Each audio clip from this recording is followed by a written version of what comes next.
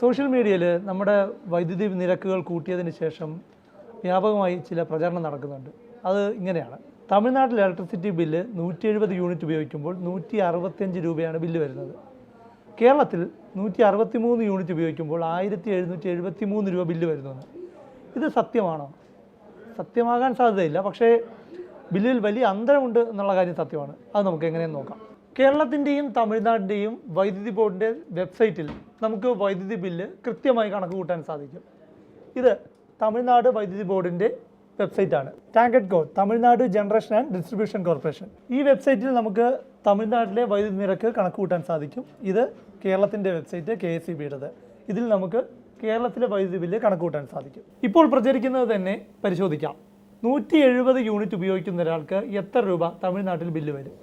170 unit ഉപയോഗിക്കുന്ന ഒരു ഗാർഹിക ഉപഭോക്താവിൻ്റെ 2 മാസത്തെ ബില്ല് ഇതാണ്, 164 രൂപ. ഇനി കേരളത്തിൽ 170 യൂണിറ്റ് ഉപയോഗിക്കുന്ന ഒരാൾക്ക് എത്ര രൂപ ബില്ല് വരും?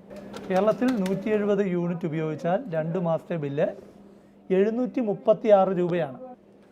അതായത് 170 യൂണിറ്റ് ഉപയോഗിക്കുന്ന ഒരാൾക്ക് തമിഴ്നാട്ടിൽ 165 രൂപയാണ് ബില്ല് വരുന്നത്. കേരളത്തിൽ 736 രൂപ ബില്ല് വരും. കേരളത്തിൽ 571 രൂപ കൂടുതലാണ്. തൊട്ടയൽ സംസ്ഥാനമായിരുന്നിട്ട് പോലും എന്തുകൊണ്ട് വൈദ്യുതി ബില്ലുകളിൽ ഈ വലിയ വ്യത്യാസം?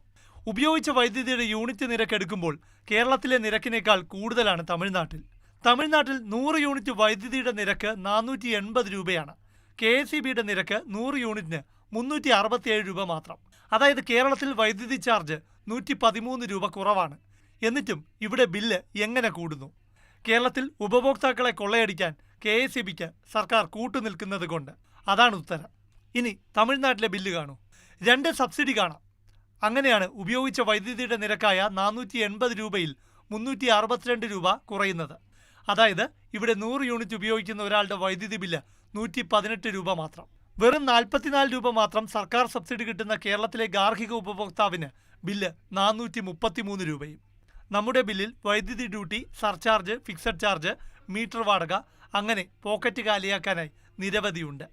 ക്യാമറമാൻ അനൂപിനൊപ്പം പ്രശാന്ത് കൃഷ്ണ, മാതൃഭൂമി ന്യൂസ്, തിരുവനന്തപുരം.